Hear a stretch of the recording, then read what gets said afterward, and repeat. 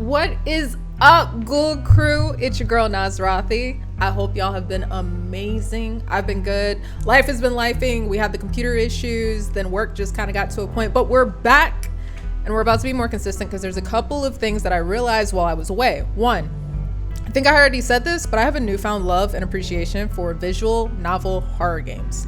I love them. And all of you that watched Slay the Princess, all of the comments and suggestions, I took them to heart. I want to play Scarlet Hollow. Slay the Princess was amazing. Epic. Amazing storyline, storytelling. Loved the artwork. The music. This music, as you can all hear right now, chef's kiss. I don't know anything about this game per usual. I know that it is by the same creators of Slay the Princess. I know that it is horror.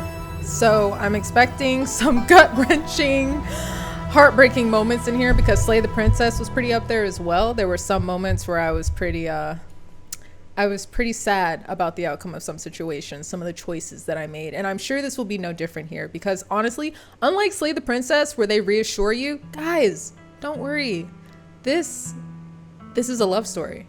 Yeah, no, all right. Over here at Scarlet Hollow, we have content warning. This is a horror game and it is not intended for all audiences. You won't be able to save everyone. You might not even be able to save yourself. Welcome home. I mean, I already struggled trying to save a princess, but now I'm about to go into Scarlet Hollow and not be able to save anyone. I know I'm gonna fall in love with characters. I'm gonna be so heartbroken. We know how I get when I choice games with choices throw me through a loop, but it's okay. I'm excited for this. I don't know anything about it. Not a thing. Like I don't know anything about this game. I love going in blind, so we're all about to go in blind together. Maybe not, which will probably just, you know, give you more ammo to shoot at me in the comments. Y'all are actually really good about that though. You're really supportive. You throw out some good routes, some tips. I'm honestly looking forward to seeing your comments on this playthrough of Scarlet Hollow, seeing as though, again, completely blind. No idea what these choices are going to be, what it's about, nothing, but clearly it's not a romance story. They reassured me of that one on the intro. So if you're new here, be sure to subscribe and like the channel so that you can be one of the first to know when the ghouls are on the rise. And if you're returning, welcome back, ghouls. Let's go ahead and jump right into it. I don't know why I'm already so nervous. I'm already so nervous. All right, start. My name is. Okay. Loving the controller support. They had controller support in Slay the Princess, but I love any game that has controller support because the way my nails are set up. Also, who would I be if not this in a horror game? A horror visual novel. All right, Akasha, you live in the city. I'm choosing my city. I live in the city of... Please don't judge me for this. Please don't judge me for this. Don't judge me.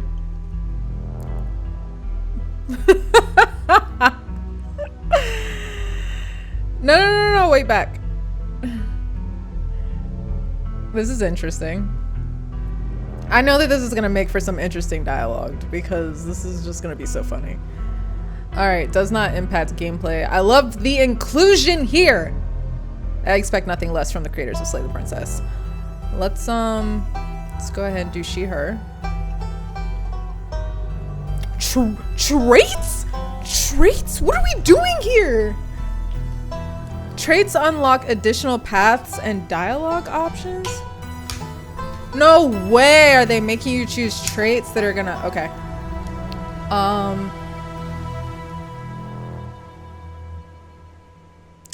Do they tell you strange and unusual? You see the threads of reality in ways others cannot? Okay, let's go through these. All right. We've got the powerful build. Tough as nails, the pinnacle of fitness, an imposing presence that commands the room, a mean right hook. I love me a good bonk build. This one's calling to me a little bit. Okay. Mystical. Strange and unusual, you see the threads of reality in ways others cannot. I'm selecting 2. Let's keep that in mind. Talk to animals. You can talk to animals. Animals can talk to you. A gift and a curse. Ah, God. Street smart. Good at lying and hard to lie too. Fast talker. You can read people and read the room. No door can hold you. It's good for information. Keen eye. Observant with a knack for picking up small details. Empathetic. Book smart, well-read and rational, possess a wealth of esoteric, please don't do this, knowledge and know when to use it, a talented researcher. Hot, extremely, oh, they literally mean hot, extremely good looking, a natural flirt, people just like you probably because you're a good person. Okay.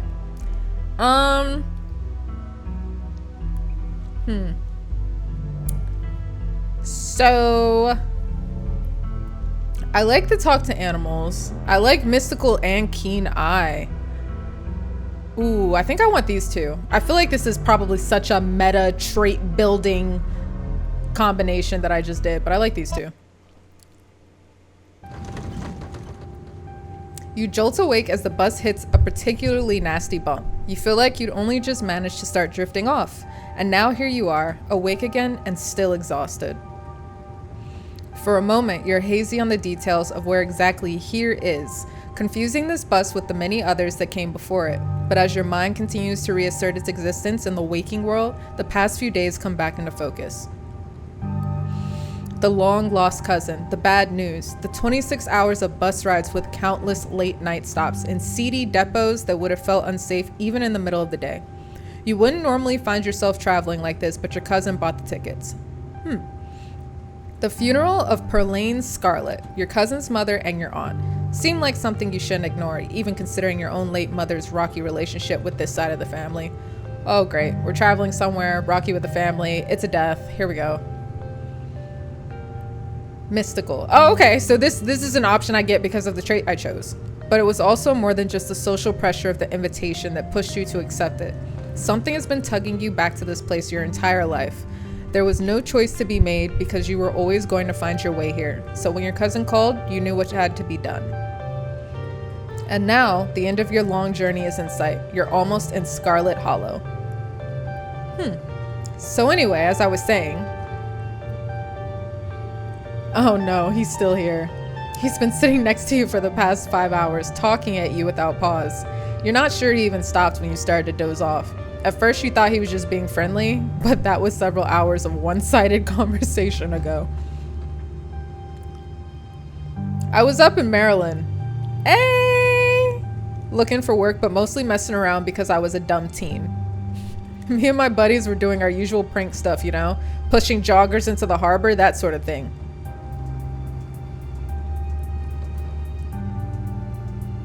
I have been in Maryland for a majority of my life. Usual prank stuff. I don't know anyone that usually, even in my youngin' days, we weren't out here pushing joggers into the harbor. First of all, if you fall into our harbor, you're getting out of it with a third eye. You're gonna lose a leg, if you will. Health implications for the rest of your life. Wait, what? Dude, what's wrong with you? Hell yeah, that sounds awesome. Why are you talking to me? Oh gosh. I feel like if I were to be talking to someone, I'd be like, why are you talking to me? I'm gonna do this. Why are you talking to me? Why wouldn't I talk to you? We're on a bus. Buses are one of the best places to meet new people, hands down, and you're the only person left to meet. This is also very loud. Uno momento. Okay. So this girl comes up to us. He's just gonna keep going. So this girl comes up to us, swinging her purse, yelling about how she was gonna call the cops or whatever. It was hilarious. She actually hit my friend and he said it hurt a lot. So I guess she really was mad and not just playing. Y'all, what the fuck is wrong with him? What made him think that they were... He gonna be the first to die. If I have to make a choice, if I have to make any choices where his life comes into play, rip. R.I.P. R.I.P. But she kept swinging and soon enough she lost her balance and fell into the harbor all on her own. We didn't even have to push her. He's a sociopath. He's a sociopath. We had a good laugh and fished her out and her phone got soaked so she couldn't call the cops on us. We wound up hanging out all day. She kind of became my girlfriend after that, and we've been on and off for about a year, so it's pretty serious. Though about 5 months ago, she tried to break up with me. Like, for real, and geez, you ever just get so mad you just want to, like, kill somebody?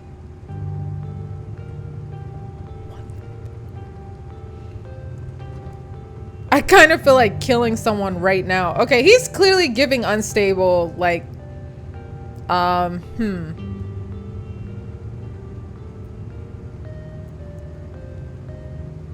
of, what if I said, oh yeah, all the time? I mean,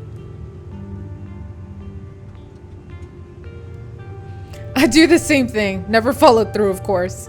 Oh yeah, totally. Never would. Of course not. Yeah, but I definitely think about it. Sometimes even plan it out just, you know, to let off some steam. Wouldn't ever do anything. I said that? Yep, never. But a person can't help what thoughts they have, right? I honestly could have killed that woman.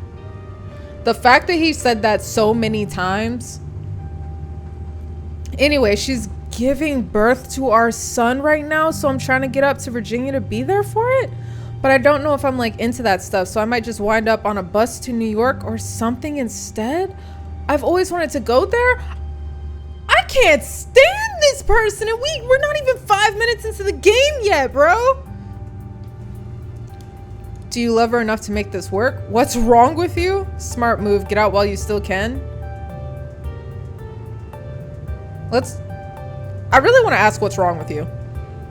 Your girlfriend is giving birth right now and you're thinking about ditching her to go have fun in New York after she tried to break up with you and you threatened to kill her? Thank you. Hey, now, I never threatened to kill her. Okay, maybe over text just a little, but fatherhood is scary. Plus her mom is there, so it's not like she's alone. Her mom doesn't like me much. I wonder the fuck why? So I'd probably just make things super stressful. She'll understand. She's chill. You know what he reminds me of? He's one of those dudes to be like, hey, yo, where my hug at? What do you mean, where's your hug at? What do you mean, where's your hug at? That's exactly who he is. He's a, can I get my hug? No. He just pissed me off and the game just started. Anyways, where'd you say you were headed? I'm coming home?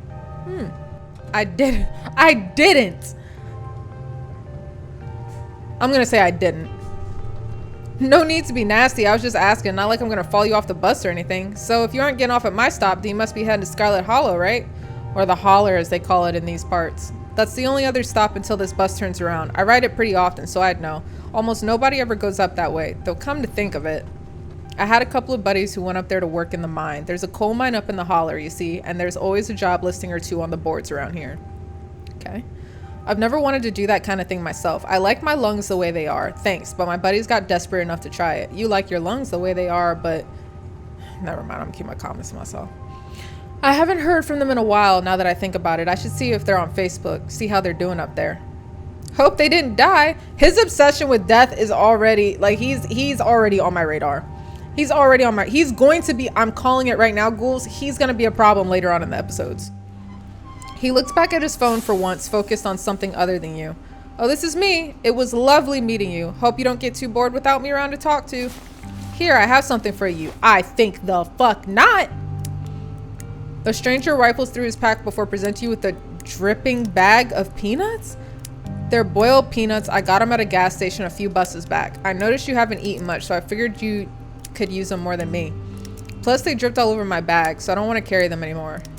Tip: sometimes picking a dialogue option establishes new facts about who you are.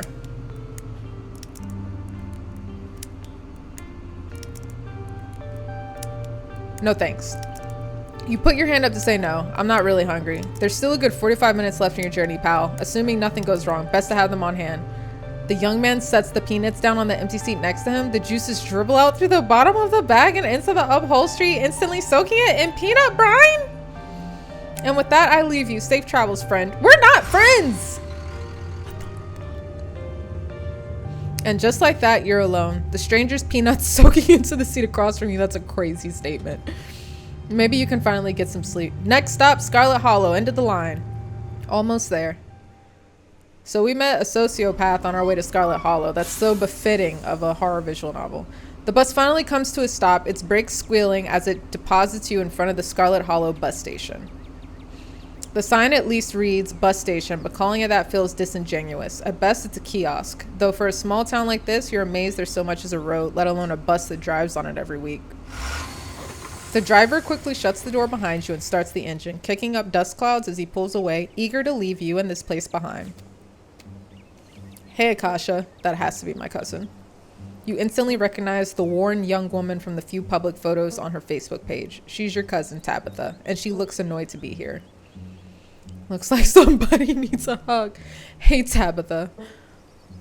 I'm gonna say, give her my condolences.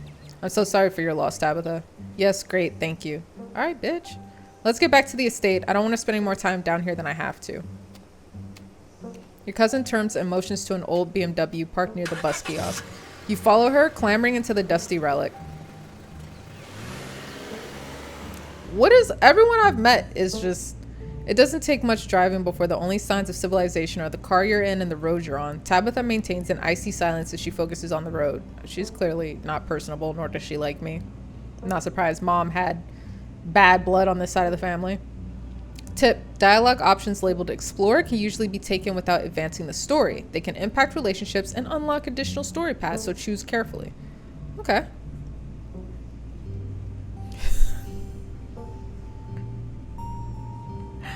I guess we're both members of the Dead Moms Club now, huh?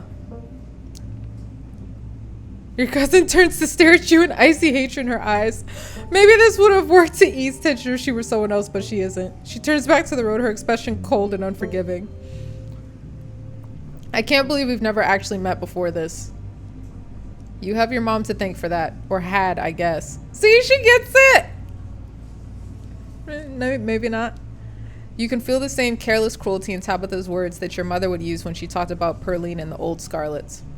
The wound that tore your family apart runs deep enough that it bled through the generations. You sound like her right now. My mother, she hated this side of the family so much. We don't have to become our parents. Let's do that. Oh, I pissed her off again, clearly. She's the one who left. So the funeral. It's on Sunday, right? Yep, like I told you. Jeez, that's almost a whole week. Need any help planning? If you ever need help with errands or schedule, feel free to ask. I know this stuff isn't easy. It's actually been fine. Just needed the coffin and somebody to dig a hole. God damn. How are you holding up? Fine. Are you sure? You seem tense.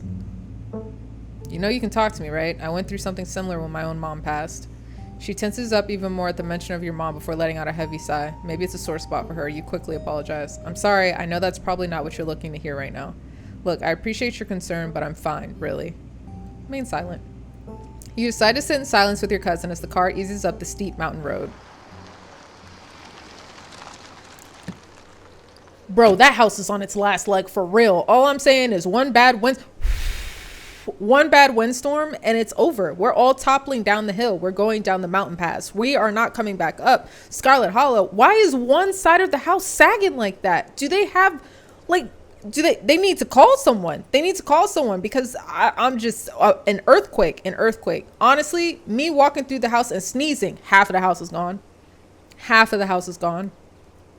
And here it is, the Scarlet Estate. Though it's seen better days, its crumbling elegance is not lost on you. Someone used to cramp apartments in gray cities. Your mother told you about this place many times before she passed, always with an anger burning beneath her words. The faded majesty you once imagined doesn't quite compare with what's in front of you, a jarring blend of opulence and ruin. As you stare at it perched on the crumbling cliffside, are we saying perched? Are we saying perched? Should we not say, as you stare at it slouched on the crumbling cliffside, you can't help but feel like it's something that should have been left to rot a long, long time ago?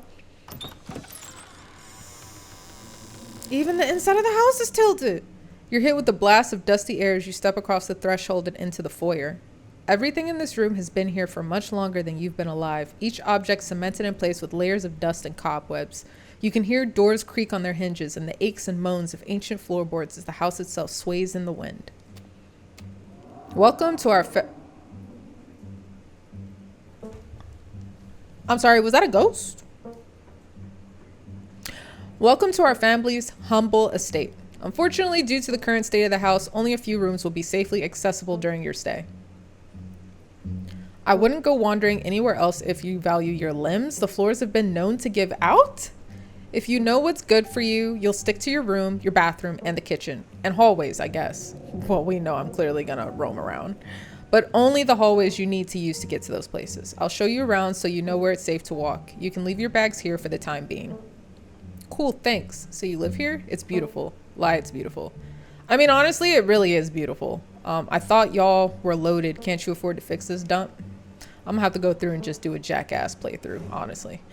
But I really do think there's a morbid beauty to it. It is. The estate was the prize jewel of this region for a long time. It's quite a magnificent piece of architecture, even now. Let's just get the tour over with. Follow me. You put your bags down and follow Tabitha through a long, dusty hallway. She delicately steps over holes and tears in the floor, and you do your best to trace her steps. Kitchen. On Wednesdays, a woman from town comes in and does the cleaning. Her name is Janie. Okay? I wouldn't recommend socializing with her. She'll talk your ear off. If you need any food, there's fixing for peanut butter and jelly. Only peanut butter and jelly. I do like a mean. Look at the kitty! I love a mean peanut butter and jelly. As Tabitha speaks, your eyes are drawn to the windows and the overgrown garden outside. Dread and anxiety grip your lungs, so you can almost feel the ground beneath you start to slip. This place is a step away from being swallowed up and vanishing forever. Don't touch my mac and cheese or my ice cream. Those are off limits. Okay. Oh, and you can also access the garden through here, but it's pretty wild, so wouldn't if I were you. Tip. Some explorer options prevent you from taking others. Choose carefully. Okay. This place isn't safe, and I don't mean that in the sense of it being perched on a literal cliff. Something is wrong here. I can feel the weight of the world pulling down on this place. Someone cleans this place? You said someone actually cleans this place? Have you ever actually seen that happen, or does this person just say they did it and left? Awesome, I love PB&J. Is there someone in town to buy food? What if I want ice cream? What's next? Okay, let's go up to my mystical options.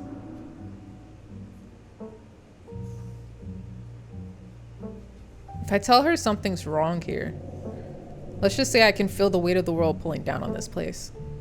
As if the entire estate is a step away from crumbling to dust. Okay, geez, I get it. You think it's messy. I'll tell Janie to be more thorough this week, but you should know there's only so much anyone can do with a country house this old. It's always going to be a little grimy and worn, unlike your sleek city apartments. If a little dirt bothers you, you're going to have a rough time this week. Is there anywhere in town I can buy food? I might want to eat something other than PB&J this week. Is there somewhere in town we can get groceries? Well, aren't you fancy? Yeah, there's a general store. There's also a diner. I usually order my food in bulk online, though, so I wouldn't be going with you. General store? How very folksy. Oh, I didn't actually budget for groceries this week. Sweet, thanks. Cool, good talk. Awesome, I love PB&J. How'd you know it was one of my favorites? That smile can't be real. I didn't, but good for you. What if I want ice cream? Then you can buy yourself some at the general store. If you touch my stash, I will know and there will be consequences. All right, what's next? Bathroom, follow me. Great, it's been hours since I've gone. As the two of you leave the kitchen, you pass by a tuxedo cat sitting on the countertop. Pet the cat.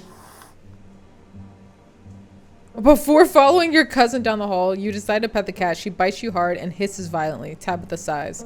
As you've now learned, you should not pet Frou Frou. If she wants to be pet, she will let you know. Come on, the bathroom awaits. You once again follow Tabitha through a long, dusty hallway. Maybe after a few nights, it'll get easier to navigate these places, but for the time being, you feel lucky to have not fallen through the floors. Guest bathroom. Not much to show. It's a bathroom. I'll wait outside. Do what you must if you must. What? It is a wretched bathroom. Piles of junk sit untouched in the corners of the room, and mystery stains paint the floor. This can't be real. This cannot be real. Is that a toothbrush and a wine glass? Bro, are those toilet paper rolls? Ain't no way. Who exactly uses this bathroom? Wait, are you sure this toilet works? This is the worst bathroom I've ever seen. Who exactly uses this bathroom? Guess. This is the worst bathroom I've ever seen. You can practically hear Tabitha roll her eyes at you from the other side of the bathroom wall. It'd be a lot nicer if Janie didn't have a policy about bathrooms. She cleans mine but refuses to do more than that, so you can blame her for the state of the place. Can I use your bathroom instead? No. Now hurry up and do your business so we can go on with our lives. Wait, are you sure this toilet works? Yes, why wouldn't it? The water bill gets paid, therefore the toilet works. Now do your business so we can move on. But it's so crusty. It's fine. Don't be so dramatic. Lift the toilet seat. Bugs skitter from the bowl as you lift the seat. I'm good. You aren't desperate enough for this. You know, on second thought, I don't think I need to go. You might as well try since we're here. Is there another bathroom I could use? There's my bathroom and there's my departed mother's, but this one is the guest bathroom, so you should get used to using it. Nah, I'm good. You leave the bathroom to rejoin your cousin and finish the tour. You still have to go, but it can wait until later. Maybe you'll sneak out to the garden. Next up, guest bedroom. Last stop on the tour, follow me. I wasn't using that crusty, dusty ass toilet. You and Tabitha briefly return to the foyer before climbing the stairs and reaching the guest room. The room smells old. Dust, mildew, wood rot, it has it all. A week of sleeping in this place might give you permanent lung damage. This is where you'll be staying. The linens are fresh. Yeah, right. I had Janie wash them last week. I had to endure a half-hour rant about her kid to get her to do it, so you better be grateful. An unmistakable stain coats this room. Someone has died here. No, people have died in here. The closet is full of old family stuff, so you can hang your clothes up, but you can use the dresser. It should be... Oh, can't hang your clothes up. It should be empty.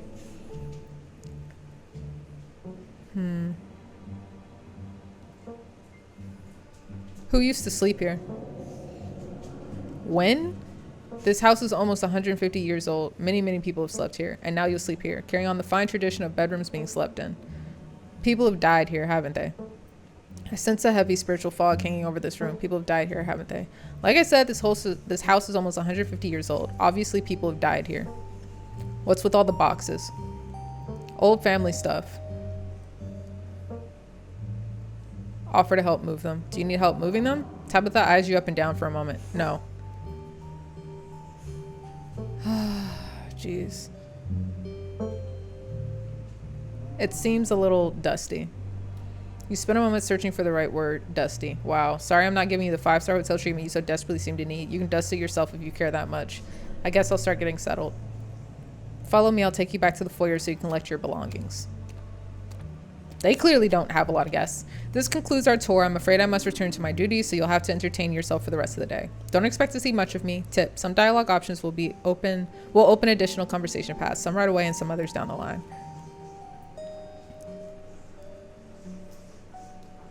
Okay. There was bad blood between our moms, but there doesn't have to be between us. I don't know what happened when my mom left, but that has nothing to do with me. You asked me to come here, but you're acting all pissed off that I actually came. Can't we just start fresh now that it's just us?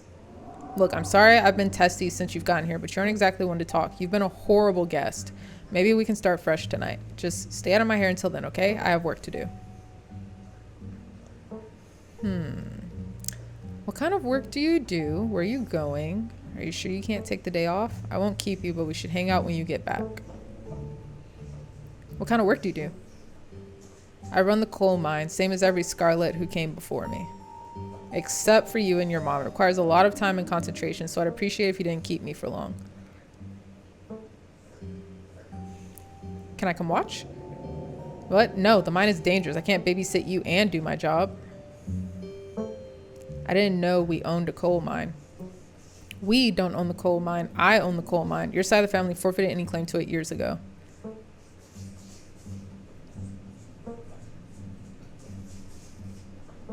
Hashtag girl boss. Good for you. That sounds pretty impressive and exciting. Good for you. I appreciate your enthusiasm, but I don't think of it as boring or exciting in the same way I don't think of cleaning a toilet or painting a wall as either of those things. It's a task. That's a healthy mindset. Seems like a good way to look at a job instead of convincing yourself you have to be doing the thing you love the most. It's okay to just have a job. Yeah, exactly. Would I rather be doing something else with my life? Maybe, but I know I had to take over the company, so why think about that other stuff I could be doing?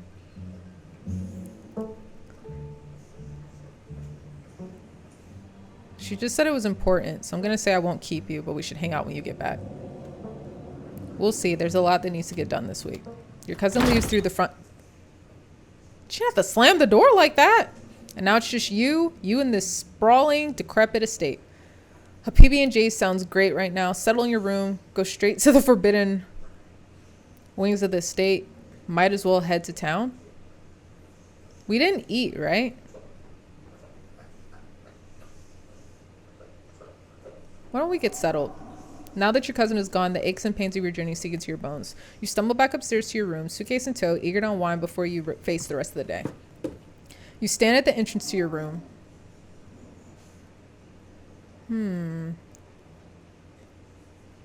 Look out the window. You can only imagine how beautiful the garden must have been in its heyday. If you own this place, you'd totally get out there with a shovel and some gardening gloves and whip it into shape. You'd go out and pull weeds, chop trees, carve topiaries, and do whatever you needed to do to return it to its former glory. And once it was all done, you'd sit by the fountain, which of course would have a little goldfish in it, and drink a floral tea while enjoying the birdsong. Sounds nice. Yeah, you definitely do that, just not right now. Check the closet. You can see why your cousin said you should put your clothes in the dresser instead of this closet. There must be decades of family history stacked up in here. Pick up the doll, leave it be. Pick up the doll. Of course you're sharing a room with a creepy doll. You pick it up to examine it more closely. Its foot reads, "Property of Alexandra." No need to carry this around with you. You close the closet behind you. Examine the painting on the wall. This must be an older relative of yours, judging by the dates on the inscription. You've never heard of her, but you'd barely heard anything about your aunt and cousin until a week ago, so that's not really a surprise. Maybe you could ask Tabitha about this Mary Belle Scarlet the next time you see her. That is, if she's actually in the mood for conversation. Put your spare clothes in the dresser. Oh, an opossum. You drag your suitcase over to the dresser and open the bottom drawer. An opossum lurks within it. It is quiet but angry. Oh, pardon me. You gently close the drawer, leaving the marsupial in peace. This drawer belongs to the possum, and there's nothing you can do about it. You open the top drawer next. It's empty, as good a place as you'll find to put your clothes. That works. Based on the state of the house, you wonder if you'd have been better off keeping your clothes in your nice clean bag, but there's no going back now. That's enough. It doesn't seem like there's much else for you to do here right now. A PB&J sounds good. You haven't had anything to eat all day. The only thing louder than your stomach right now are the creaks and moans of this ancient place. A PB&J sounds exactly like what you need to take on the rest of the day. You head to the kitchen. You're back in the kitchen, ready to craft a beautiful peanut butter and jelly sandwich. It's a daunting task given the state of the place, but the aggressive growls of your stomach outweigh your fear of food poisoning. To get started, you'll probably need to find some peanut butter, some jelly, bread, a plate, and a knife. Okay. Well, let's try the pantry. There we go. Tabitha sure loves her mac and cheese. Key and I look closer. You squint into the darkness of the pantry. Behind the molded bread, a single book lies forgotten, a thin layer of dust collected on its cover. You pick it up.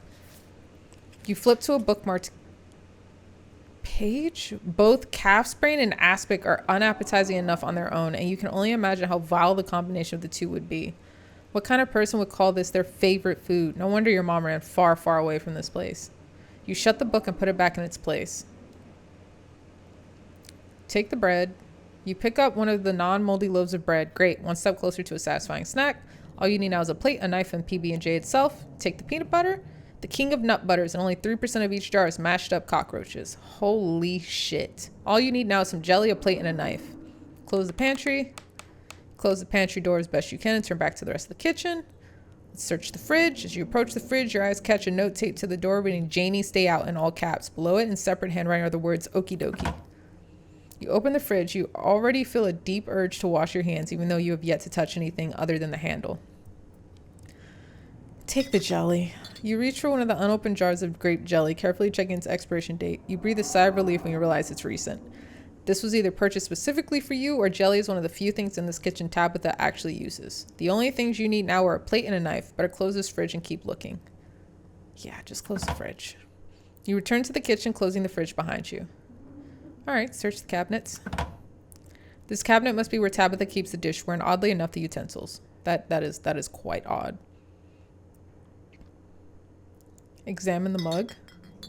It reads, "I was blown away at Blowing Rock in sea," so your aunt and cousin actually traveled sometimes, even if it was only a few hours from the estate. Maybe you can route your return trip through Blowing Rock. It might be nice to see the local sites before heading home. Examine the shot glass.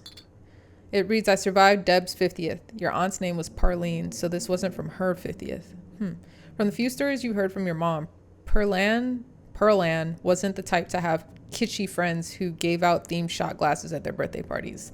Maybe it belongs to Janie. You imagine she might need an alcoholic beverage to get through cleaning this place, especially with Tabitha's sour face peering over her shoulder." Okay. Let's grab a plate and a butter knife. You grab a plate and a butter knife. This is the last ingredient you need to make your PB&J. Time to get to work. Close the cabinet. Close the cabinet and look back to the rest of the kitchen. Check out the garden. That's pretty.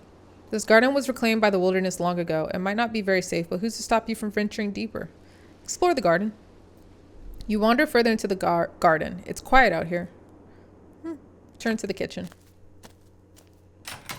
You head back inside and close the door behind you.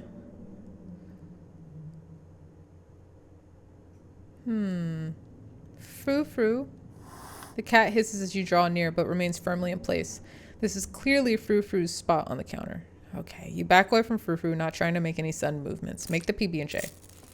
Despite the state of this horrendous kitchen, you've successfully combined your 3 ingredients to make a peanut butter and jelly sandwich. Congratulations, you can feed yourself. A job well done.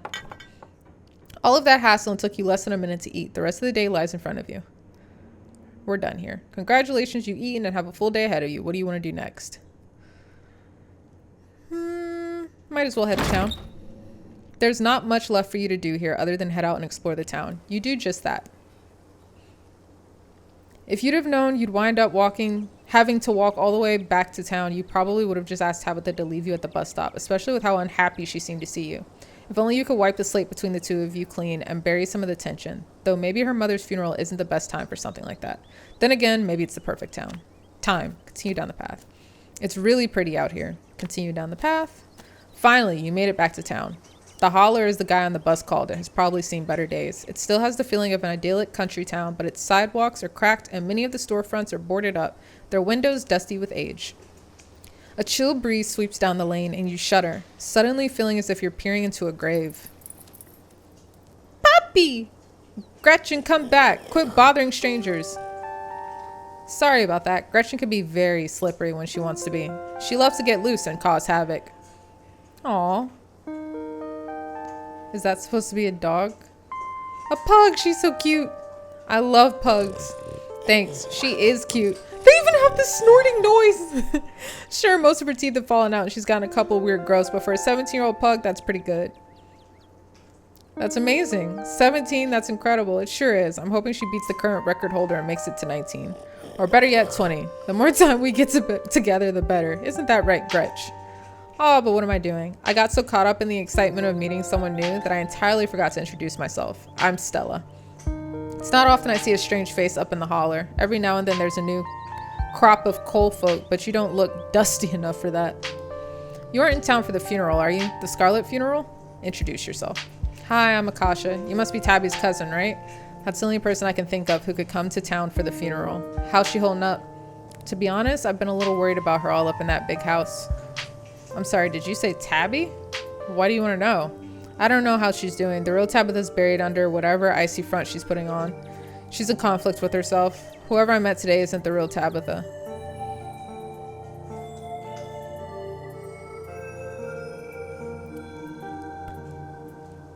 I hope you mean that metaphorically. To tell you the truth, she's always been a little rough around the edges, but most people don't really catch on to that. It'll probably be good for her now that you're staying there, even if she doesn't think so herself. How long have you known her? She's really not worth your time. How long have you known her? How long have you known her? Oh, quite a long time. The town's really small, so everybody's known everybody else as far as back as they can remember. Tabby and I got a little closer when we were both in the school's production of A Midsummer Night's Dream. I was Puck and she was Mustard Seed. As you might have expected, she was more than a little prickly, but I managed to soften her up a bit in the end. But then she graduated and that was that. Oh, if you just got to town, you must be starving. This music's loud again.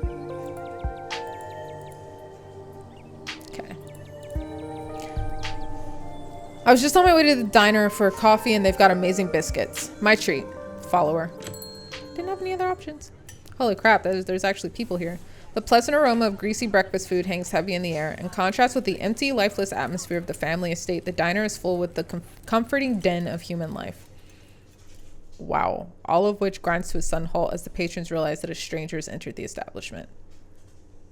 Quietly slide into the nearest booth. Silently stare at the patrons. I'm gonna just slide into a booth. No need to be so shy. They don't meet many strangers. It's kind of a big deal when someone new wanders into town, especially since, well, they probably all know that you're here for and by extension who you're related to. Even if you don't know anybody, it's not easy to keep secrets in a town this size. As you settle into the booth, you can't help but pick up some of the murmurs of conversation around you. Listen in. Stella turns to Gretchen while you take a quick look around the diner. At the counter, 2 policemen and a woman, you assume to be the owner, shoot sidelong glances in your direction while whispering to each other. That must be Vivian's kid. Never thought we'd actually meet her. Looks so much like her. Oh yes, those eyes are unmistakable. That haunted look. I always thought it'd go away once she finally got out of this town, but I guess unhappiness was baked into her DNA. A young mother and her syrup-stained child sit at the table across from you. Mommy, who's that? Don't stare, Tulip. That must be Miss Tabitha's cousin. Oh, so that's why she looks sad. I would look sad too if I had to have Miss Tabitha as a cousin. Do you think Tabitha's cousin is mean too? I don't know. I'll find out next time I go visit Miss Tabitha. Are you going to finish your pancakes? They're almost cold, Sweet Pea, and we've got to get home to help Daddy. In the far back corner, a man sits alone at a small table, sipping coffee and reading a paper. Sigh. Why are the strangers who wander to town never gorgeous blonde ladies of an appropriate age? Why is it always cold boys, punks, and whippersnappers? Really? Lastly, a group of coal miners sit hunched around the corner booth, readily scarfing down heaping plates of food. What do you think another youngin' looking for mine work? What do you think? Another youngin' looking for mine work? Oh, no way. Clearly don't got the stomach for it. That's got to be the boss cousin. There's that funeral this week, if I'm remembering right, for old Miss Perlan. May she rot in peace. Oh, let the lady rest, Lloyd. One shouldn't speak ill of the dead, no matter how foul they were, especially before they've been so much as laid to rest. If you've been around in her heyday, you'd be speaking ill too, Tommy. He's right. Nastiest woman I ever met. That Tabitha's a blessing compared to her. Curse the whole lot of them. May every Scarlet burn in hell. That's enough of that. Jeez. Hey, Stella. I went ahead and fixed you up a coffee. They gracefully place a cup of specially brewed coffee in front of Stella. Aw, shucks. Thanks, Avery. And here's some bacon for the little lady. Gretchen sniffs the bacon and digs in. Tip, you can hit the Y or triangle button on your gamepad to hide the text box at any time. Anything for you? Look at the fuck. Alright. Isn't bacon bad for dogs? No thanks, I ate pretty recently. Stella said she's buying, so I'll have one of everything, please and thank you. Order a coffee, order a biscuit and coffee. Can I have a biscuit and coffee, please? I heard they were really good. Best in the county. Avery pours the fragrant brew into the empty mug in front of you. They linger after pouring your coffee, turning to you nervously. Oh, and I'm sorry for your loss. Before you have the chance to respond, they're gone. Glad you took my advice with the biscuit. You won't regret it. Anyways, the funeral's not till Sunday, right? That gives you quite a bit of time to slum around. I'm trying to think if there are any cool events going on this week. There's always the reading adventure at the library, which is supposed to be for little kids, but I do it every month anyway. Oh, and I'm pretty sure Avery's throwing a party Saturday night, so that's a fun thing to look forward to. And there's the weekly Sunday potluck. That should be right after the funeral too, so it'll be a special occasion. Is the potluck like a church thing? Cool. Let's just say cool. Sounds neat. Maybe I'll check some of those things out. Anyway, those are all the big events I can think of. As for the day-to-day, any idea how you want to kill time for the rest of the week? Do you have something in mind? Something's telling me this is a loaded question if you got something in mind. Was I being that obvious? My job means I spend a lot of time in the woods with a camera, and it's always better when someone else is there too. Before Stella can finish, Avery returns biscuit in tow. Here's your biscuit. Winnie says it's on the house. She sends her condolences. Thanks, it looks great. You don't have to do that. Thanks, it looks great. You pick up the biscuit. It's delicate and fluffy. It nearly crumbles at your touch. Buttery warmth emanates from its surface. You don't even need to taste it to know that it is good. Divinity given buttery form. You take a bite. It melts in your mouth as if it was nothing but butter suspended in a thin matrix of dough. Look at how the pug is looking at me like he wants some. Truly, this is a perfect biscuit. This is the best biscuit I've ever had, but that's not saying much. Whoa. This is a really good biscuit. Wow. I'm so glad you like it. Avery lingers at the table for a moment. So, has Stella mentioned she's famous? Haha. Oh, Avery, I'm not famous. Look, if you're not going to go around tooting your own horn, you know I'm going to do it for you. Stella sighs. I'm a YouTuber. You don't say, girl. Me too. Wait, what? What kind of videos do you do? Wow, that's rad. How does that make you money? You and everyone else? Wow, that's rad. What kind of videos do you do? She hunts cryptids. Oh yeah. Oh yeah, we would be friends. Me and Stella would be friends. You should really check out her channel, Akasha. It's amazing. Wait, how did you know my name? Oh, sorry. It's just that most people in town know about you. Sorry, I'm sure that must seem creepy. Oh, well, I guess the cat's out of the bag. The Holler is a small place. Everybody knows everybody, and that includes extended family. It's all good. I was just caught a little off guard. Phew, glad that didn't freak you out too much. Yeah, and don't worry. Nothing Pearland said about you'll stick, that's for sure. You can just make a good first impression and wipe the slate clean with the whole town. Pearland talked about me? Oh god, what was she saying about me? Oh geez, look, I'm sorry I said anything. Hey, don't worry about it. Pearland was a gossip and would do this sort of thing with everyone. Spreading weird little rumors about folks was kind of her trademark. Anyways, weren't we in the middle of talking about Stella's illustrious YouTube career? Sigh. I guess we were, weren't we? I think the best video to start with would be that river one. Not the lake, but you know, the controversial one. Oh yeah, the Catawba River Runner? I didn't expect much out of that footage at the time, but it wound up being my most popular video by far. So the River Runner is a cryptid that's only known from a single sighting. 2 Boy Scouts thought they saw something big and weird in the Catawba River, and that's all I had to go on. But when I wound up catching this on camera. Stella pulls out her phone and shows you a clip of something in the river.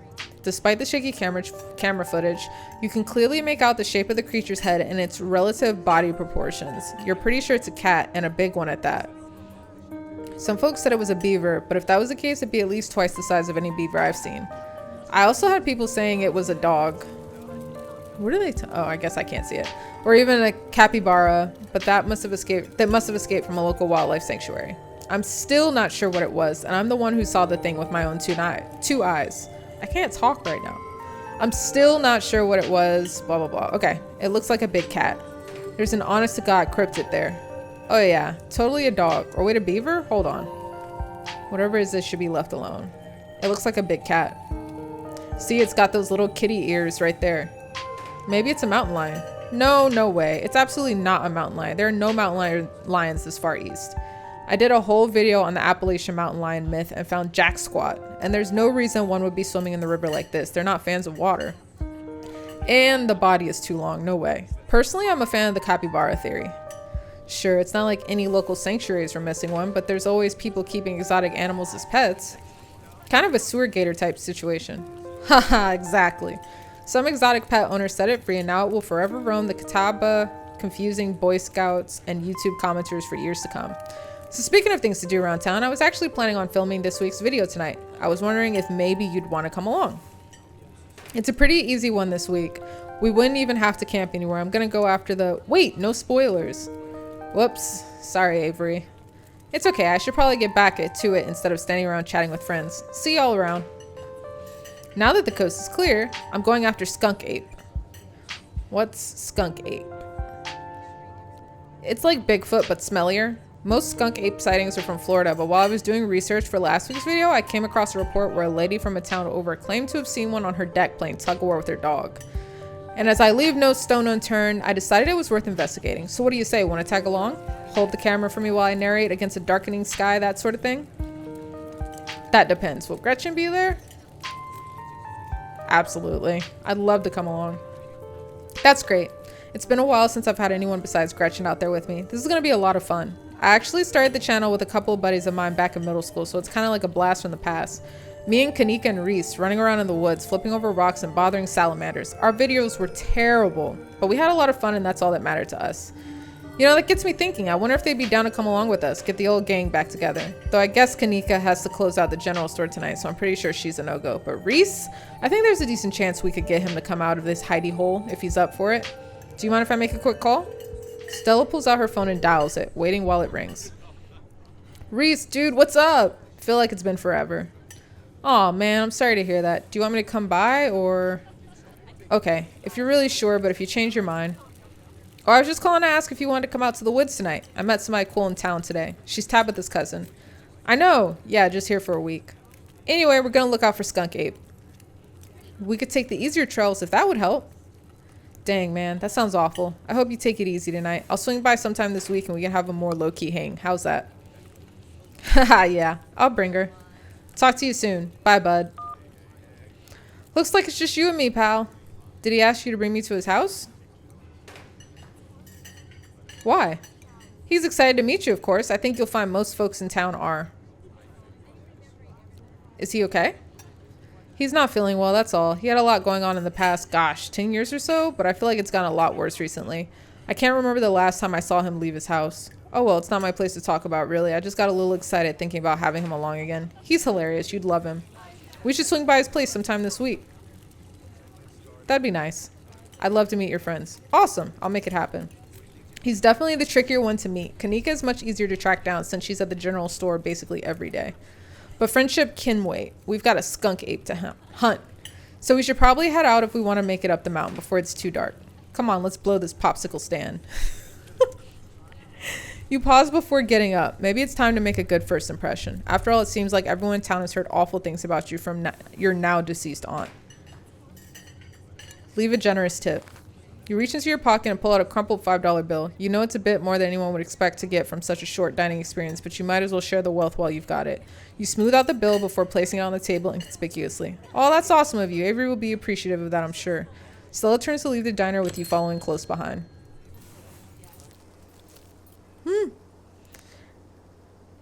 Look at my dusty house up there in the left corner of the screen. Look at my dusty.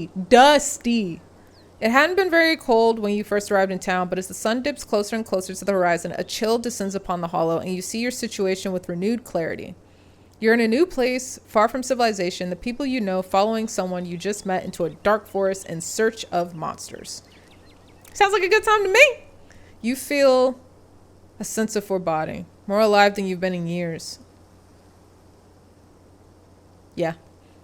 The fall breeze passing through the leaves, the orange hue of the setting sun painting the horizon, the promise of excitement ahead. It's been a while since you felt this in the moment, this present. The world around you feels almost magical. Were a mythical creature to actually manifest in front of you, it would fit perfectly in this world.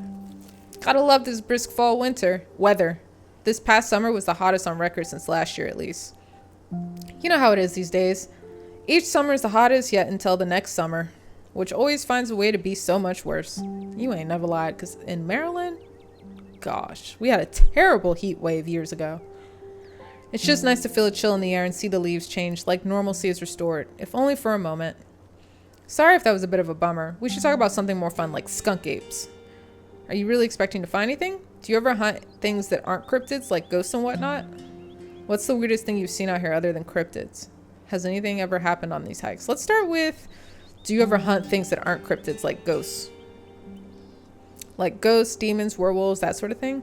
Yeah, for sure. I used to go after all sorts of spooky stuff. I never had much luck though, especially when it came to ghosts. Back when I first started doing solo videos, I'd go into all sorts of old abandoned buildings, hoping I'd stumble across some sort of activity. But nothing ever happened. It was always just me and my camera in an old house getting worked up over a gust of wind or a creaky floorboard. I just need to invite her to my home, honestly. When all's said and done, I've just been a lot luckier with cryptids. I want to believe in ghosts so bad, and I can't rule out the possibility that there really are true hauntings out there. But if there are, I sure as heck haven't seen any myself. Now, you just ain't been to 111 Scarlet Lane up the hill, the peak over the town. You ain't been there, clearly, because I walked in and two ghosts was having a great time. I mean, it was just moaning, groaning. It was all kinds of stuff going on. Werewolves, I kind of lump in with cryptids. I'd be shocked if there actually were people out there who turn into animals, but werewolf lore lines up pretty well with the great beast genre of cryptid. As for demons, I don't know. I honestly don't even want to consider the possibility that they exist, because if they really are out there, geez, a lot of folks are doomed to an eternity of flames. So let's hope all of that's just bunk, am I right? What about aliens? Don't even get me started. Did you see those UFO videos the government declassified? Aliens are definitely real, and they have absolutely visited Earth. Like, I believe in aliens way more than I believe in cryptids. You don't see me hunting aliens out here because we know they're real. We're not alone out here, but everything is cut from the same cloth. Whoa, you gotta meet my friend Kanika's mom. You two would get along. What's the weirdest thing you've seen out here other than cryptids? Oh gosh, that's a good one. Let me think. Well, there's always the deer I saw stealing baby birds out of a nest and eating them. That was pretty messed up. Oh wow. But I think most people know about that these days. I've seen tons of videos of other deer doing it, so I'm not sure if it counts as weird anymore. Oh, Tetanus Lake? That's definitely the weirdest. It's a 5-foot deep, 30-foot wide pile of old cans and bottles and assorted garbage with grass and trees growing on it so you could barely tell it was there until you stepped on it. It's pretty cool. It was practically solid ground with how much it had been compressed, but you could still fall through if you weren't careful, hence the name. Better be up on your shots if you want to mess around in there. It's all stuff from the 50s too, which is super neat. I salvaged a few bottles that I kept in my dresser as a little souvenir. Has anything ever happened? Bad ever happened? You know, just curious. Let me think. There was that time back in early high school when Reese fell down a cliff. But he was fine. He had some folks from the town rig up a pulley to get him out of the ravine, and his leg only took a couple of months to heal. What? All in all, not too bad. Says you. What about Reese? That's why he's in his house now. Though I guess there was also that time I was out here alone and kind of got stuck in the cave. I was getting great footage of what I thought was a family of wampus cats, but I wasn't able to wiggle my way back out.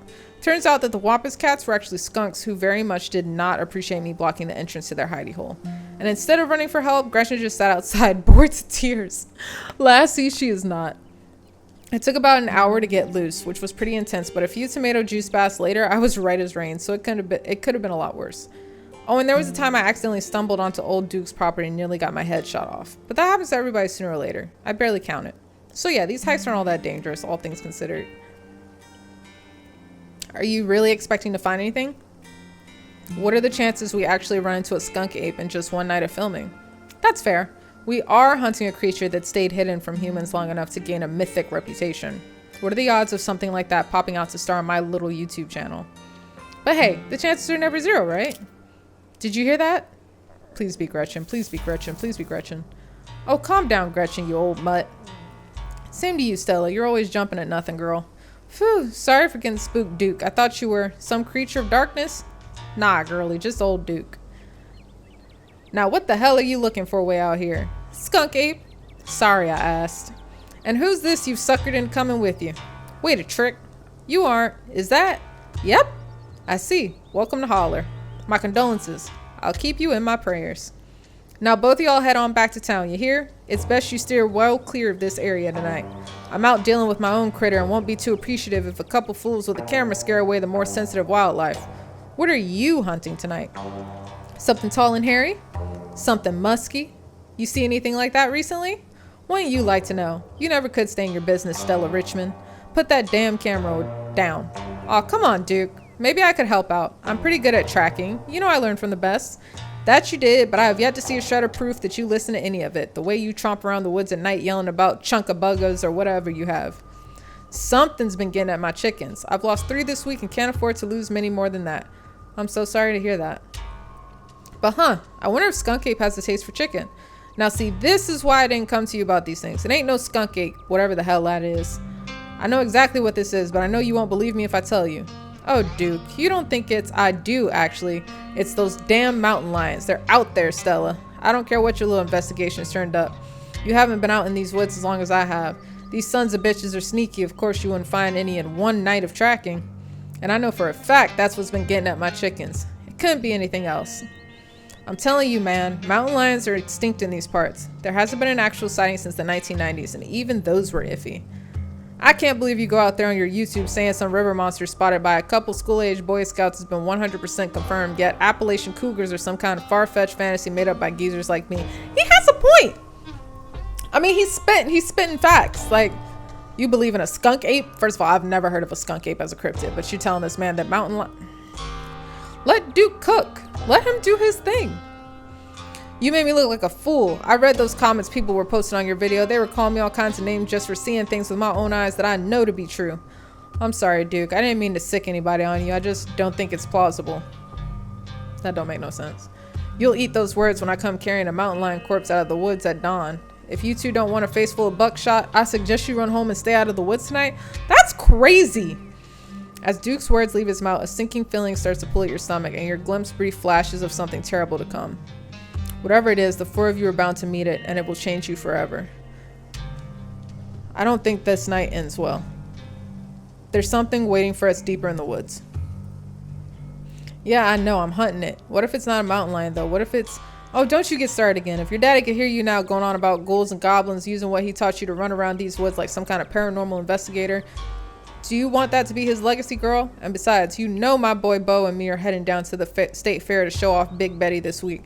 We'll be gone days, and the chicken coop might as well have a big all-you-can-eat sign on it if I don't nip this in the bud tonight. You know how I feel about my chickens. I couldn't take it if I lost any more of my poor little ladies. And you know I have to put out a video by tomorrow evening. As Duke and Stella dig their feet in, the feeling from before it gains form and clarity. Somebody here is gonna die tonight. Oh, snap. If I miss an update, I might lose my new sponsor, and who knows what that'll mean for my career.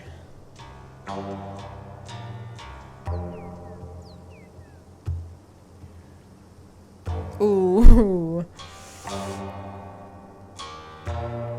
I'm gonna say one of us is gonna die tonight. Now, what's that supposed to mean? Are you trying to threaten me?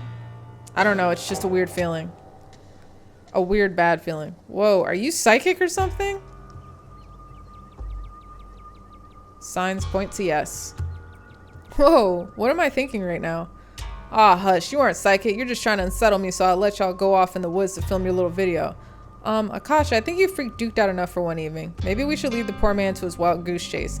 I am not freaked out by your friend's theatrics, but if it gets you out of my hair, sure, I'm greatly disturbed. Now run along home and stay out of trouble. Well, Duke's did. As you and Stella return to the trail, she carefully looks back the way you came. Okay, the coast is clear. There's no way we're letting Duke edge us out that easy. Come on, I know a trail that'll get us around him. Oh, man. Are you sure you don't want to, like, watch a movie instead? I'm a lot less comfortable going out in the woods now that I know we'll be sharing them with the guy who'll shoot anything that moves. Aw, you don't have to worry about old Duke. I've been out tracking with him before. The man sounds like a truck crashing through the trees when he walks. Even if we do cross paths, we'll hear him long before he catches wind of us. We can only do a movie night. We can always do a movie night later. But right now, my viewers come first. They demand cryptids, and I'm duty-bound to give them what they crave. I mean, I'm not mad at it. There's no shaking you, is there? Oh, fine. There's no shaking you, is there? You'll just follow me until I finally relent and go monster hunting with you. I promise it'll be fun and safe. The trail's just up this way. Let's go.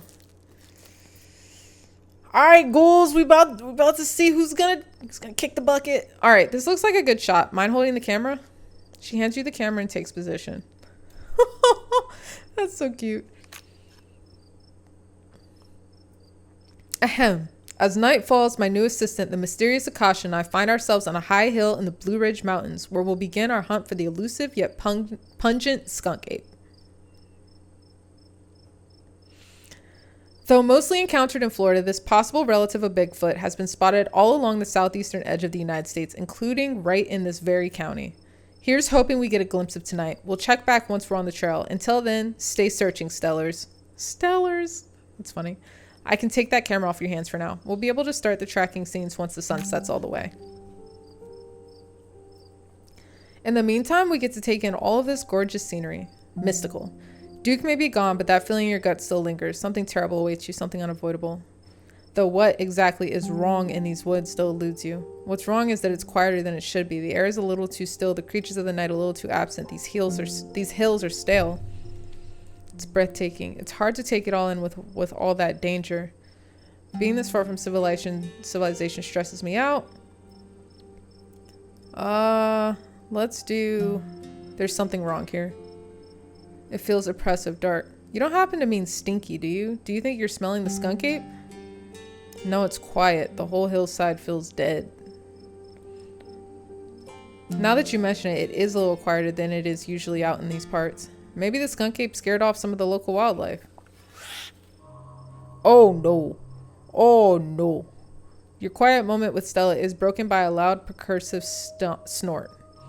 What was that? Oh no, the skunk ape has found us. It's Duke back with his shotgun. What was that? No need to panic. That's just the sound deer make when they want to warn the rest of their herd about big scary predators like us. Let's check it out. A deer? A deer?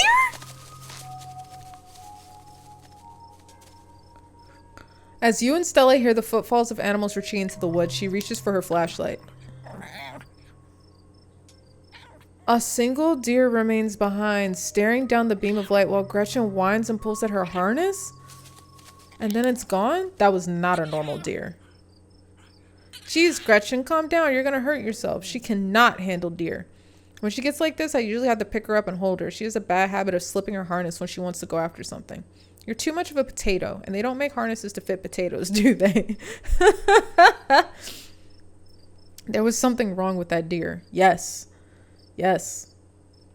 There was something wrong with that deer. Did you see its face? Now that you mention it, there was something a little off.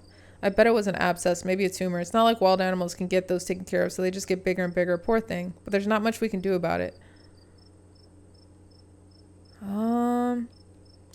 Why do you bring Gretchen with you? She doesn't seem like the safest choice for a hiking companion.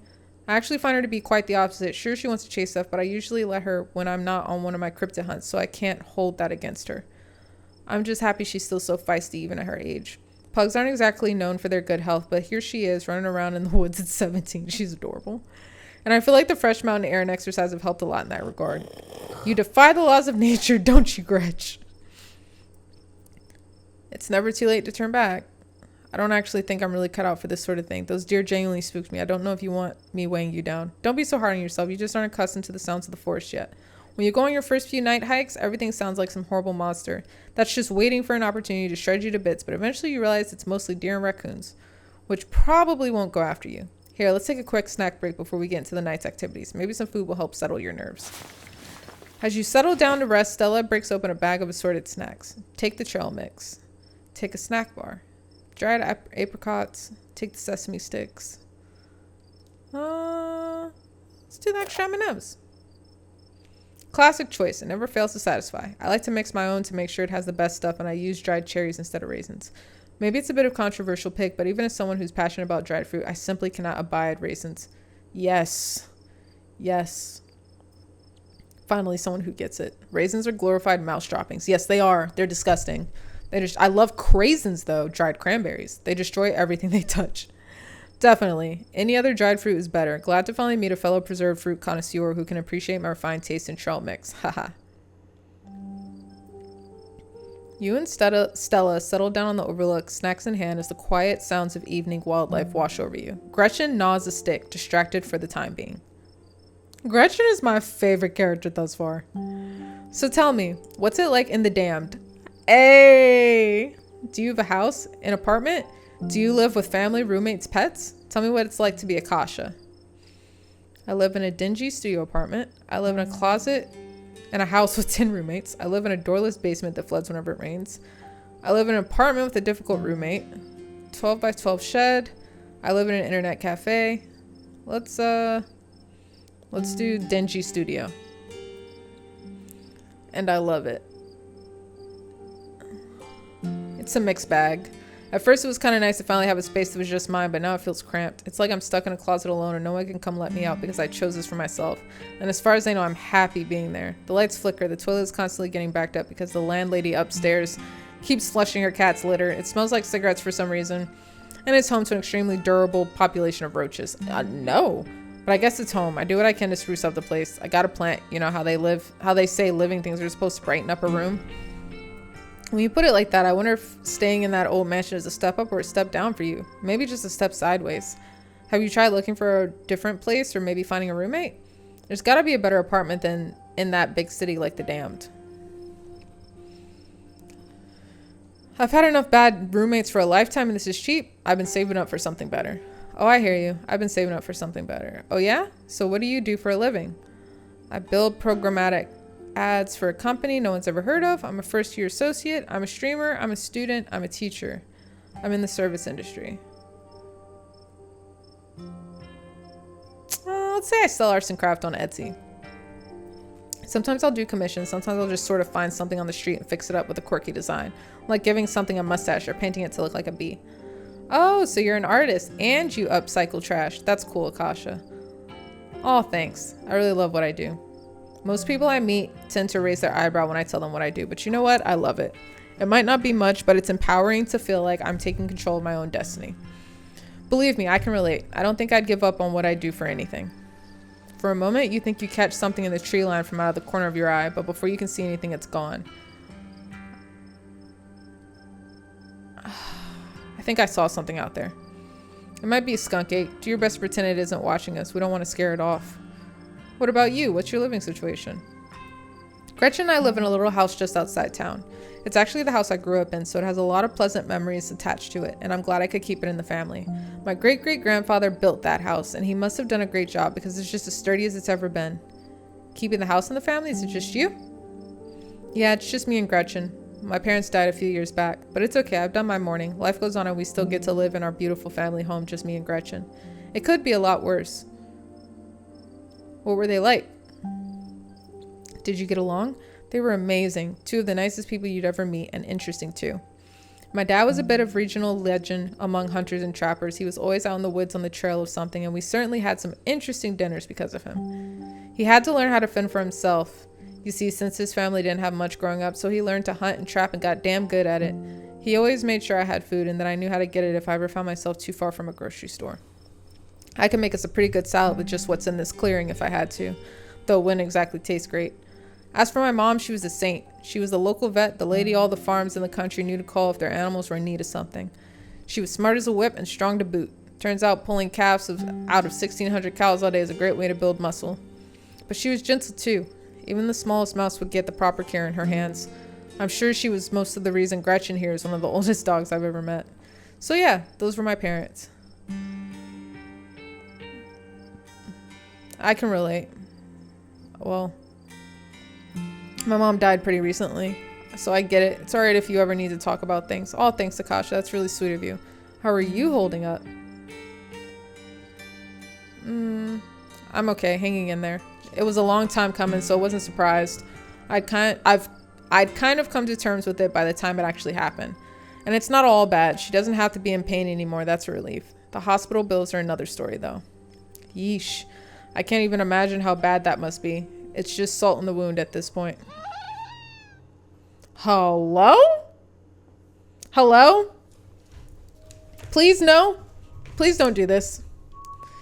That sound wasn't meant for human ears. Whatever lurks behind the tree line is something best left unseen, but the events of this evening were already set in motion long before you stepped foot in Scarlet Hollow. There's no turning back now. Please don't do this. Oh. Stella immediately packs her bag and slings it over her shoulder. There's something terrible out there, Stella. Everything else went quiet.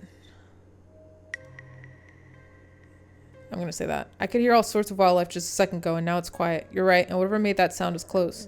Here, hold Gretchen's leash for me and let's check this out. Don't do this, Stella. You and Stella inch towards the tree line as she shines her flashlight into the woods. I like her shirt. It's a cryptid shirt. It looked like Cthulhu. As you approach, a series of weak clucks call out from a nearby bush. Maybe Duke's birds weren't eaten at all. Oh my gosh! What the hell was that? Hold on, I gotta play that back. Holy shit.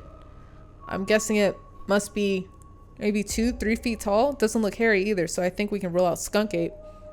But whatever it is, it has one of Duke's chickens. It looks like it's heading north. Let's go after it. I was on board with this whole thing, but now that we found something. Ugh, right behind you. You follow Stella as she sprints into the unknown, Gretchen excitedly pulling you along with her leash. Oh no! Did she fall? Oh no. Oof. Are you okay? Oh god, the monsters got you. We're gonna die out here. Oh good, the monsters will get you first. Say nothing. Are you okay? Haha, yeah, I'm alright. I just tripped on something weird. Oh no, that poor thing, it must have been one of Duke's. Oh Jesus, it's still alive. Investigate the chicken.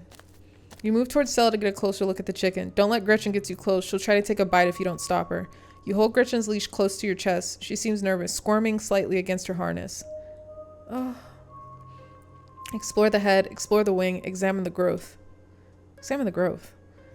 Good God. At first she thought it might have been a tumor, but this is something else. The skin is stretched out, taut, the growth pulsing beneath. Looking more closely at the growth, you think you can see something squirming inside. Examine the head. Its poor little chicken eyes look up at you, glazed over, but still rolling around in their sockets with unfortunate life. Examine the wing. Looks like this is what Stella slipped on. The wing is barely still attached, but that seems to be the least of the chicken's concerns.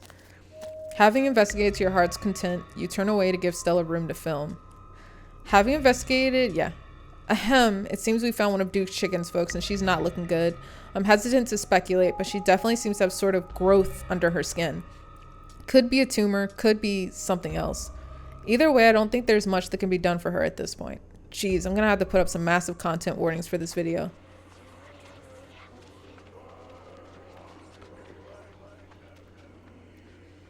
Oh no. No. Just don't take Gretchen. I know she looks like a chicken, but she's not. She doesn't have wings and she snorts. Oh, Duke, thank gosh. Now you can die instead of Stella. What in Sam Hill are you two doing out here? Didn't I tell you to... Birdie? Oh, he names them. What's wrong, darling? Good God. Did y'all see what did this to her? No, but I'm pretty sure we can hear them. Yeah, it wasn't us. Please don't shoot. Pretty sure we can hear them. We didn't see whatever did this to your bird, but I think we can hear them right now. Aw, don't tell me you're caught up in Stella's nonsense. Duke, I'm so sorry. We were on the trail when we found her like this. Put that camera away for God's sake, girl. I don't want to be in another one of your videos. No one needs to see me like this. No one needs to see Birdie like this. Aw. You wouldn't put her online, would you? Not when she's like this, all swollen and hurting. Duke, did you hear what Akasha said? I think they're coming closer. Come out, you sons of bitches.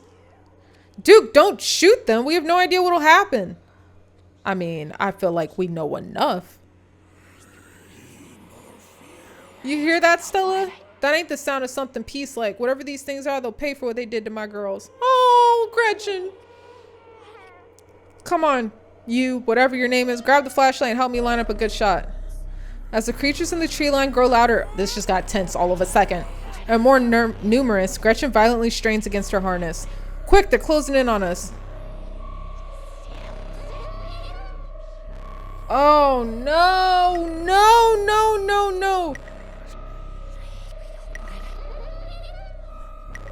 Die for Gretchen. I couldn't do it, guys. I couldn't do it. Duke, I'm sorry. The dog. You dive forward and scoop Gretchen to your arms just before she manages to wriggle out of her harness. Your eyes fixate on the dark tree line over Duke's shoulder. God damn it.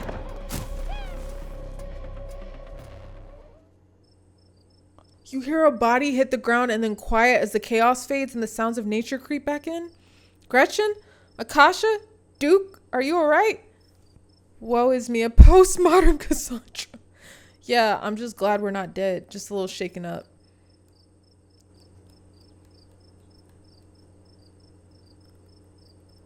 I don't even know what that means, so I'm going to click it. I warned you two something terrible was going to happen. Woe is me, a postmodern Cassandra. Ha! I guess you did.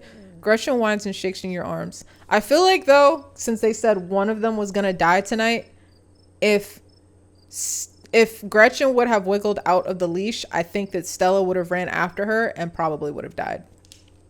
Gretchen, here, I'll take her. My poor little pup. Thanks for watching out for her. Duke, are you okay? Nah, girl, his brains is blown out. My bad. I'm probably going to have to censor. I don't know. Oh my god, Duke, holy shit, what do we do now? What the hell are we supposed to do? Well, I mean, I ain't got to do nothing. I told your dumb ass that this was gonna happen. I told you, are you psychic? I'm psychic. One of us is gonna die tonight. If I go anywhere and someone says to me, someone's gonna die tonight, I'm removing myself from the equation. It's based 2 + 2 = 4. 2 + 2 = 4. 2 - 1 = 1. I won't be there. We have to go after those things. We've got to go to the police. Let's just forget this ever happened. Can we please just go home? We got to go to the police. What do you mean? What do we do? We've got to take this to the police. A man's dead. You're right. And we have footage of what happened here. But it's so dark and shaky. It all just seems so unbelievable. We need more footage. Come on, let's go after them before we lose our chance. Are you bonkers? Are you nuts? A man is dead, Stella. Yeah, you're right. Let's head back and call the police. My phone should get reception once we're back at the main road. Yes, I'm right.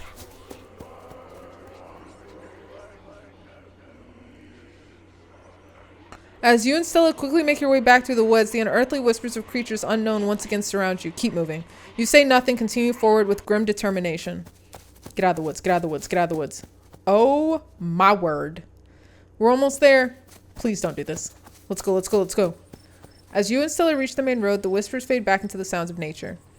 It sounds like they've stopped following us. I should get reception now that we're back on the main road. Let me find my phone so I can call the sheriff. You feel a buzz in your pocket. 6 missed calls from Tabitha and 13 text messages.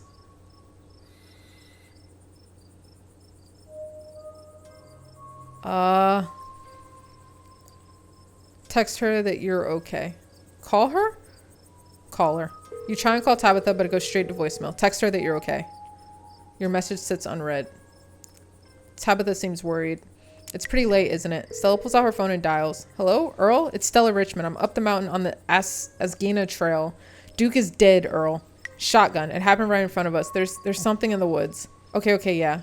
Yeah, I think we're okay, but hurry. Jesus, Earl. Who's going to tell Bo? I guess now we wait. It takes a little while, but eventually a patrol car arrives at the scene. Out of it walk two officers, Sheriff Hugby, a friendly older man, and Deputy Franklin, a serious man wearing sunglasses despite it being the middle of the night. See, right there, a thing jumps out of the woods, then the shotgun goes off. What in Sam Hill? What is that? Some kind of Pillsbury doughboy? Could have been a naked maniac. No, there was more than one. They chased us through the woods. Whatever they are, they aren't human. And they killed Duke. Now we're gonna have to confiscate this camera, Miss Richmond, if you don't mind. This is evidence. Okay. Let me just turn it off to save the battery. You notice Stella popped something out of the camera and slid it up her sleeve. Here you go, Deputy Franklin. We appreciate your compliance with the law. We'll get a team out in the morning to retrieve the body, but for now, Sheriff Hugby and I, please call me Earl. Earl and I will escort you, and who are you exactly? That's Akasha. She came into town today for the funeral. Akasha is in Tabitha's cousin, yeah. Damn, didn't think you'd actually show. We'll escort you back to town. If there's a naked maniac on the loose, it's best you don't walk back on your own. It wasn't a... Never mind. Why are you going out there tonight? There's a dead body in the woods. Those things out there could attack someone else. Well, it isn't exactly like old Duke is going anywhere at this point. He'll still be out there in the morning. Yo, that's crazy. That's how y'all do in small towns? We only have a skeleton crew at the moment. Monday nights are Deputy Derrickson's bowling nights. Call him in from his bowling night. There is a dead man in the wood. His head is there are animals. There's so much wrong with this. The scene will be contaminated. What animals are left are gonna go and have his brains for pickings. Whatever. Look at poor Gretchen. We'll be on alert for any more reports of naked maniacs, but retrieving Duke will just have to wait. Now, if you'll kindly step into the vehicle, we can return you safely to your home. Do we have to ride back with you? We can just walk. Those creatures left will be fine. I don't know what the hell she's smoking. I don't know what she's smoking. Walk back. I'm fine. I just watched a man's brains get blown out by Pillsbury doughboys.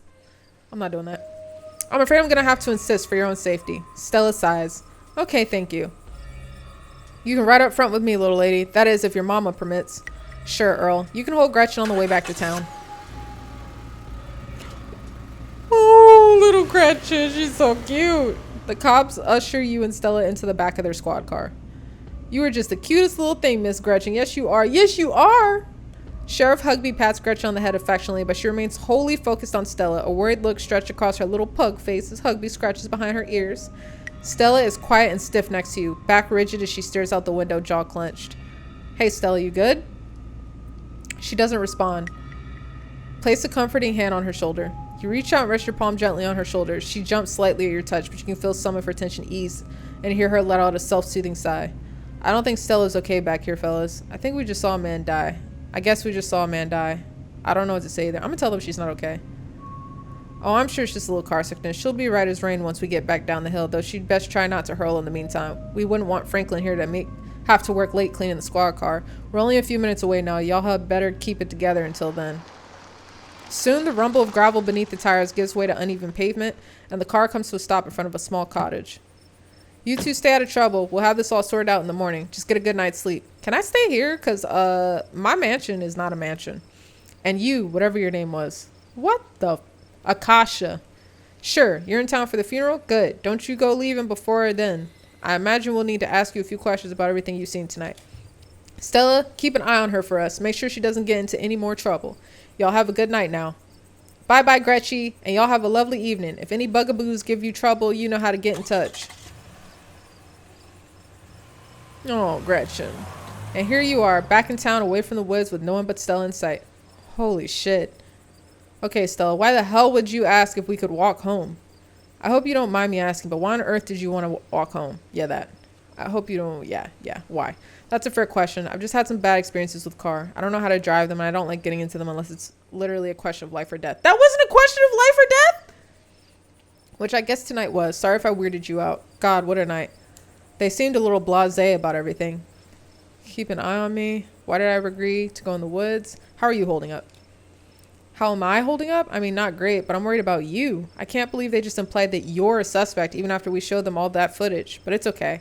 I'm not going to let anything bad happen to you. I was there. I filmed the whole thing. At the very least, it'll never hold up in court. And it won't get to that point either because we're going to do a little investigating of our own. We've got to find out more about those things. If we can get clearer footage or better yet, trap one of them, there's no way they can blame you for what happened. The library doesn't open for a while, but I've read every book on cryptids they have and never came across things like that. There is someone in town who might have some useful information. My friend's mom. Her place isn't far. We should head over now before it gets any later. Sure, why not? Let's keep this nightmare going. I should check in on Tabitha. You can talk to your friend's mom. I'm going to bed. I do need to check on Tabitha. I should probably check in on Tabitha. My friend's place is on the way back and stopping by shouldn't take long. You sure you don't want to stop in first? I know I wouldn't want to head up the mountain road by myself after everything that's happened tonight. When you put it like that, sure, let's do it. Awesome, let's go. I hope she's still awake. Stella knocks on the door. What the fuck is going on?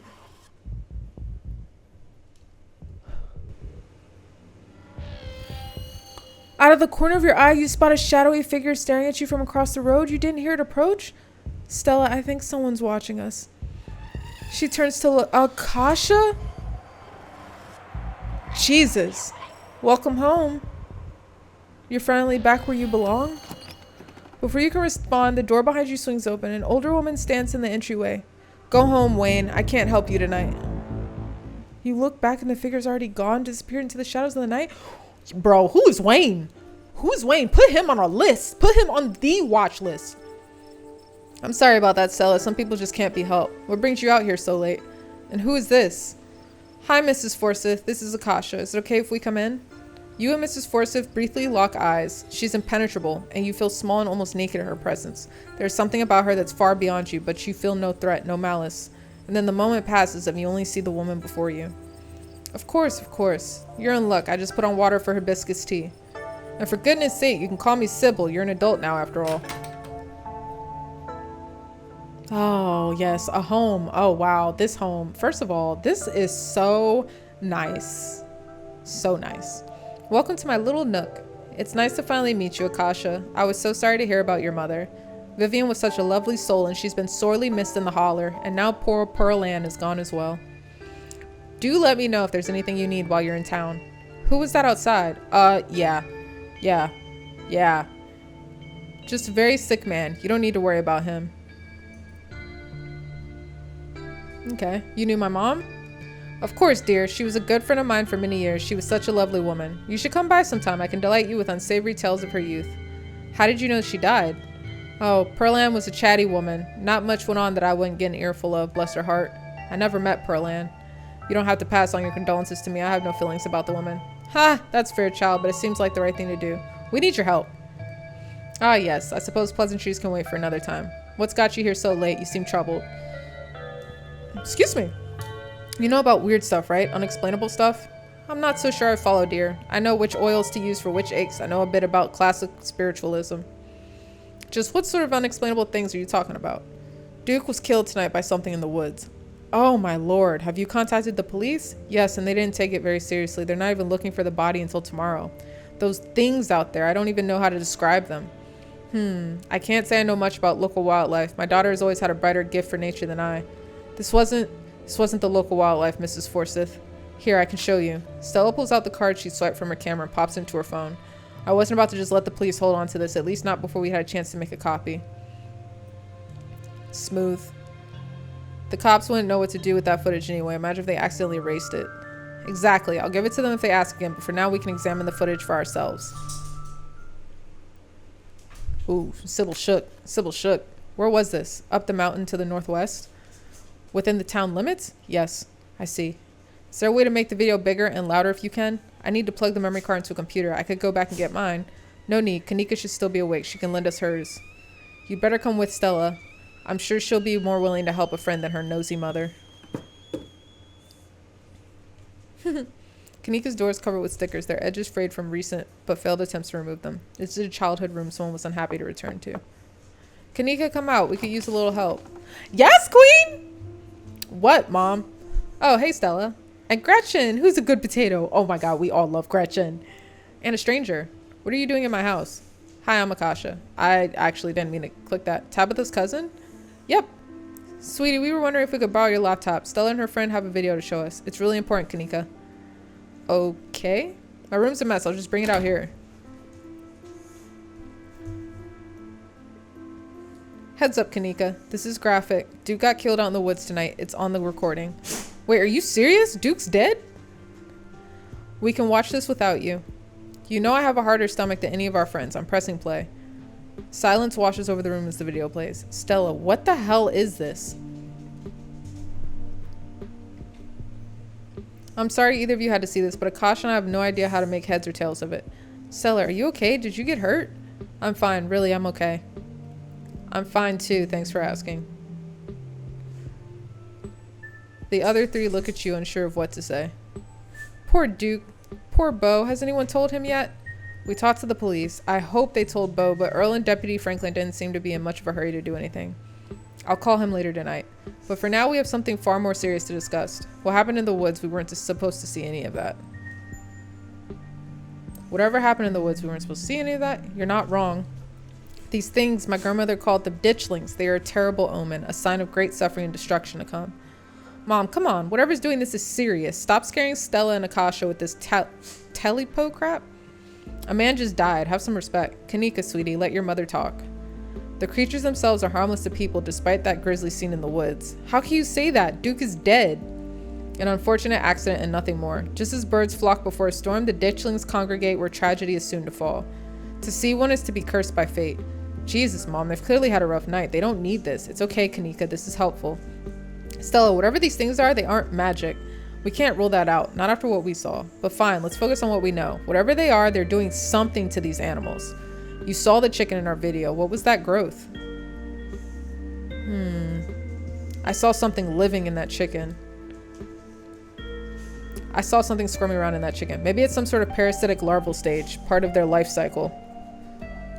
But I don't want to jump to any conclusions about something like this out there, not without doing some research or talking to a biologist. I'm sure there's a rational explanation that'll clear all of this up. The Sailor Moon tea, yes! Oh dear, I'd forgotten entirely about the tea I put on. Let me fix you up a couple of cups. It'll help soothe your nerves.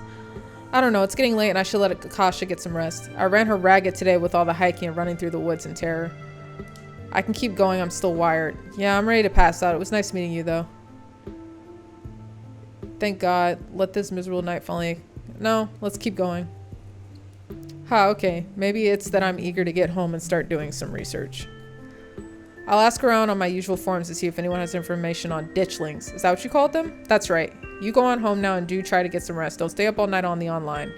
Let me get some of my house-made peppermint tea to go. It really does wonders to soothe the soul. Bye, Stella. I'll see you tomorrow, okay? And call me if you need to talk. Thanks, Kanika. I'll see ya. Bye, Akasha. It's excellent iced or warm, though with the nights getting chillier, warmer will probably be best. Helps wake up the bones. Be careful out there, both of you. Sybil turns and closes the door behind her. Alright, let's head back home. My home, I mean. Yes, your home. And here we are. You're welcome to stay the night if you want. I should probably head back before Tabitha has a conniption. I should probably head back and check on Tabitha. Yeah, I should go check on Tabitha. I should probably head back and check on Tabitha. That's sweet of you. Are you sure you're okay heading back up that mountain alone?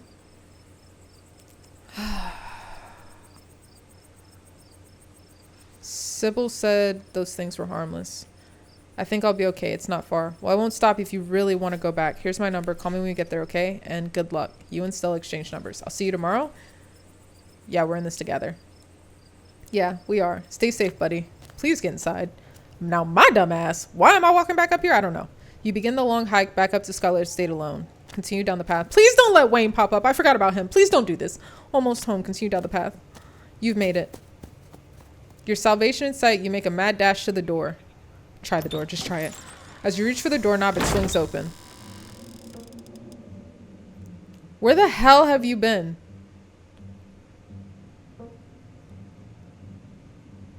I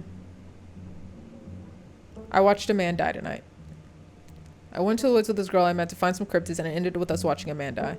Oh, so you met Stella then. That explains everything. And she's gotten you all worked up. I'm going to bed. I'll see you tomorrow.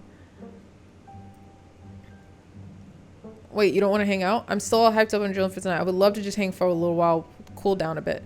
No, I'm not going to hang out with you. It's late. I'm tired. I'm going to bed. Don't do anything stupid while I'm asleep. Just go to your room and sleep. You're alone in the estate. The sound of the wind whistling through the house gives you an uneasy feeling in your gut. It's probably best to turn in and try to leave the night behind you. As you settle into your room, you remember that Stella asked you to call her once you get back. Call her. You pull out your phone and call. Oh, she's okay. She's alive.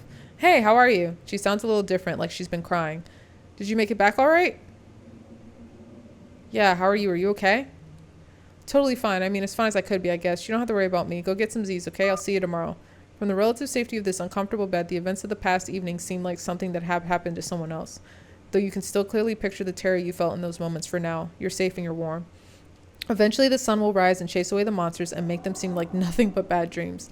Maybe tomorrow, if you're lucky, you'll wake up in the normal world and have a boring week in the mountains with your sour-faced cousin. It's a nice thought, but deep down, you can't help but worry that things will only get worse.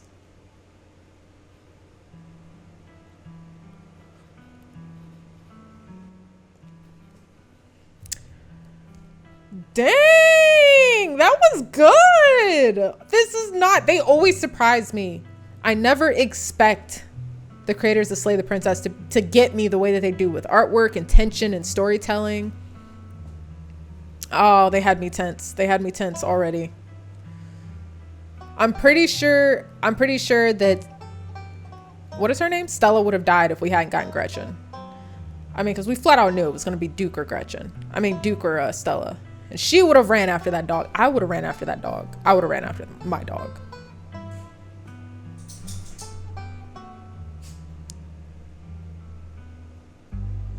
That must have been Reese. Is that a blood stain? Is that blood? Oh, little llamas? Alpacas? What is that, y'all? That's a good screenshot.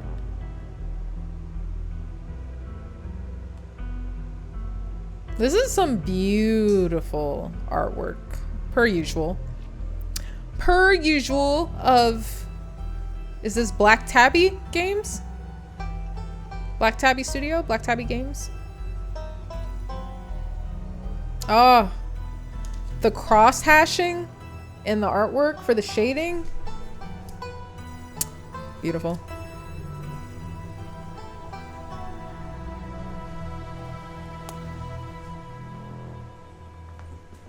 Hi, baby boy. Hi, baby boy.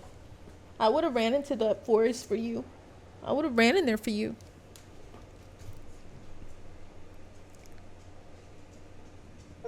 This is the end of episode 1. Episode 2 awaits. If you'd like to continue with this world state in episode 2, please save your game now. Okay. So do I just... Chapter end. Okay.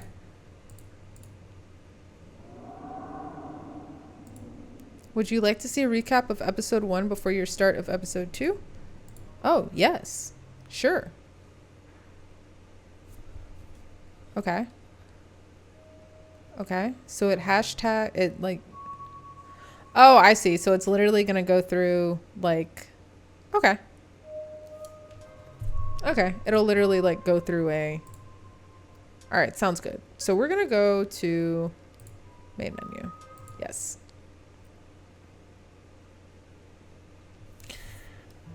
Y'all, this game, this episode 1 was so intense. So intense. I'm so glad that we saved Stella. If I had to choose between Duke and Stella, it was definitely Stella. I mean, and I'm going to be completely honest. I saved Gretchen not really thinking about, hey, this might also save Stella's life. No, I didn't know if when I didn't grab that flashlight, if Stella was going to bite the dust. I definitely knew Duke was going to bite the dust, but I didn't know if both of them would or one of them would. My concern was the dog, Doge. And I saved Gretchen. And in me saving Gretchen, I think it saved Stella.